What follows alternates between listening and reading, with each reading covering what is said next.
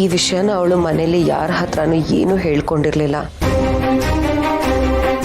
ಈ ಮದ್ವೆ ಗೊತ್ತಾದ್ಮೇಲೆ ಅವಳ ಹತ್ರ ನಾನೇ ಹೋಗಿ ಕೇಳಿದ್ದೀನಿ. ಎಷ್ಟು ಸಲ ಕೇಳಿದ್ರು ನನಗೆ ಈ ಮದ್ವೆ ಓಕೆ, ನನಗೆ ಈ ಮದ್ವೆ ಬಗ್ಗೆ ಏನು ಬೇಜಾರು ಇಲ್ಲ, ನಾನು ಸಂಪೂರ್ಣವಾಗಿ ಒಪ್ಕೊಂಡಿದ್ದೀನಿ ಅಂತಾನೆ ಹೇಳ್ತಿದ್ಲು. ಆದ್ರೆ ಈಗಲೇ ಗೊತ್ತಾಗ್ತಿರೋದು ಅವಳು ತಪ್ಪು ತಿಳ್ಕೊಂಡು ಈ ಮದುವೆಗೆ ಒಪ್ಕೊಂಡ್ಲು ಅಂತ. ಶ್ರಾವಣಿ ಸುಬ್ಬುನ ಎಷ್ಟು ಪ್ರೀತಿಸ್ತಿದ್ಲು ಅಂತ ಅಂದ್ರೆ ಅವಳಿಗೆ ಸುಬ್ಬು ಒಪ್ಪ ಇಟ್ಬಿಟ್ರೆ ಸಾಕು, ಅವನೇ ಅವಳಿಗೆ ಪ್ರಪಂಚ.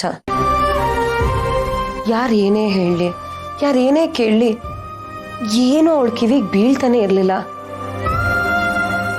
ಸುಬ್ಬು ಹೆಸರು ಕೇಳಿದ್ರೆ ಸಾಕು ಎಲ್ಲ ಎಲ್ಲ ಮರೆತು ಬಿಡ್ತಿದ್ಲಮ್ಮ.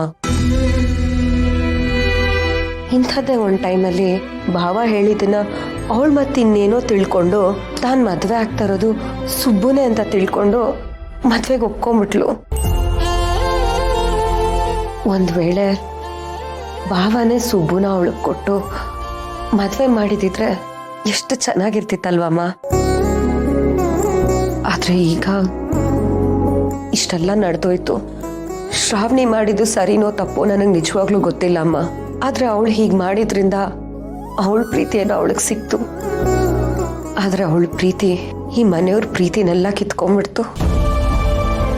ಅವ್ರ ತಂದೆ ಪ್ರೀತಿನ ಕಿತ್ಕೊಂಡ್ಬಿಡ್ತು. ಇನ್ನು ಭಾವನ ಮನ್ಸಲ್ಲಿ ಶ್ರಾವಣಿ ಬಗ್ಗೆ ಪ್ರೀತಿ ಹುಟ್ಟೋದೇ ಇಲ್ಲ ಅನ್ಸುತ್ತೆ. ಸಾಧ್ಯನೇ ಇಲ್ಲ. ತಂದೆ ಮಗಳ ಪ್ರೀತಿ ಅಷ್ಟು ಸುಲಭವಾಗಿ ಕಳೆದು ಹೋಗಕ್ಕೆ ಸಾಧ್ಯನೇ ಇಲ್ಲ. ತಾಯಿ ಮಗು ಸಂಬಂಧ ಕರುಳಿನ ಸಂಬಂಧ, ಆದ್ರೆ ತಂದೆ ಮಗಳ ಸಂಬಂಧ ಹೃದಯದ ಸಂಬಂಧ. ಎದೆ ಬಡ್ತ ಇರೋವರೆಗೂ ಆ ಪ್ರೀತಿ, ಆ ಸಂಬಂಧ ಖಂಡಿತ ಕಳೆದು ಹೋಗಲ್ಲ.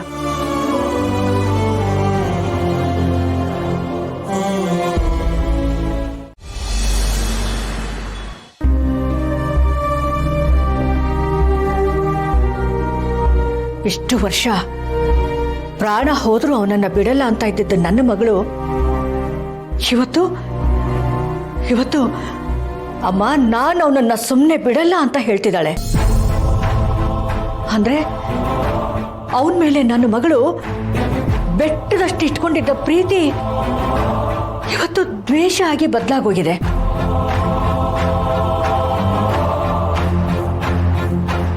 ಸತ್ಯ, ನನ್ನ ಮಗಳು ಅವನಿಗೋಸ್ಕರ ಎಲ್ಲಿ ಅಳ್ತಾ ಕೂತ್ಕೊಂಡು ತನ್ನ ಜೀವನ ಕಳ್ಕೊಂಡ್ಬಿಡ್ತಾಳೋ ಅನ್ಕೊಂಡಿದ್ದೆ. ಆದ್ರೆ ನನ್ನ ಜೀವನ ಹಾಳು ಮಾಡಿದವನ ಜೀವನ ಪೂರ್ತಿಯಾಗಿ ನರಳಿಸ್ತೀನಿ ಅಂತ ಶಪಥ ಮಾಡಿದಾಳೆ. ಭೇಷ್ ಭೇಷ್ ಮಗಳೇ, ಈಗ ಈಗ ನೀನು ನನಗೆ ತಕ್ಕ ಮಗಳಾದೆ.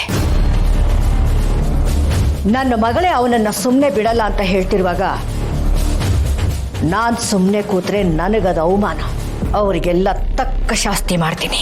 ನನ್ನ ಮಗಳ ಕನಸನ್ನ ನುಚ್ಚು ನೂರು ಮಾಡಿ ಅವಳು ಮದುವೆ ಹಾಳು ಮಾಡಿದ್ದಕ್ಕೆ ಅವ್ರ ಮನೆ ಮಗಳ ಮದುವೆ ನಿಲ್ಲಿಸಿ ಮನೆಯಲ್ಲೇ ಕೊಳೆಯೋ ಹಾಗೆ ಮಾಡಿದೆ. ಅವ್ರಿಗೆ ಇಷ್ಟೇ ಆದ್ರೆ ಸಾಲದು, ನನ್ನ ಮಗಳ ಮನಸ್ಸಲ್ಲಿ ಉರಿತಾ ಇರೋ ಬೆಂಕಿ ಅವ್ರ ಮನೆಯನ್ನೇ ಸುಟ್ಟು ಹಾಕಬೇಕು. ಒಂದೊಂದು ಕ್ಷಣನೂ ನೋವು ಅವಮಾನ ಅನುಭವಿಸಿ ಒತ್ತಾಡಬೇಕು ಅವರು.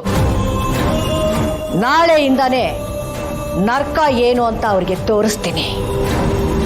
ಬೇಡಲ್ಲ.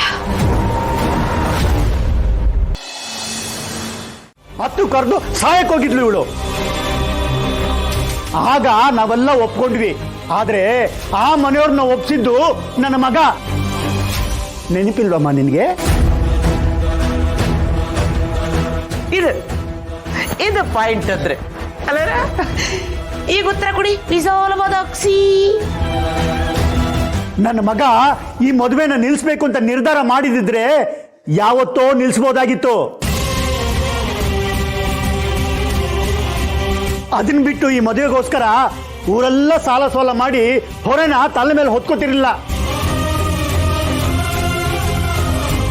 ಇಷ್ಟು ವರ್ಷ ನಮ್ಮನ್ನೆಲ್ಲ ಸಾಕಿ ಸಲಹಿರೋ ನನ್ನ ಮಗನ ಬಗ್ಗೆ ಮಾತಾಡ್ತಿದ್ದೀರಲ್ಲ, ನಿಮ್ಗೆ ಯಾರಿಗಾದ್ರೂ ಅವನ ಜೀವನದ ಬಗ್ಗೆ ಗಮನ ಇದೆಯಾ?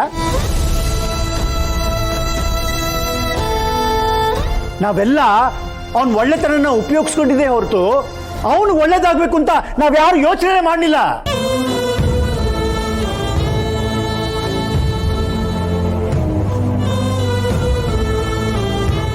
ಈಗ ಆ ದೇವರೇ ದಾರಿ ತೋರಿಸಿದ್ದಾನೆ.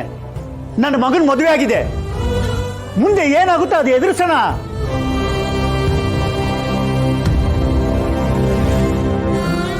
ಆಗಿರೋ ಮದುವೆನ ಒಪ್ಕೊಳ್ಳೋಣ ಕಣೆ.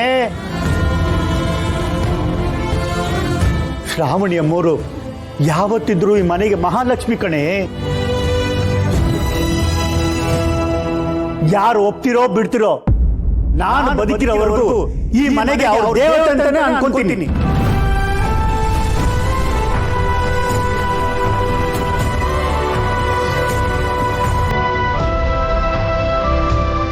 ಇದನ್ನ ಮೀರಿ ಮಾತಾಡೋರು ನನ್ನ ಡಾಕ್ಟರ್ ಮಾತಾಡಿ.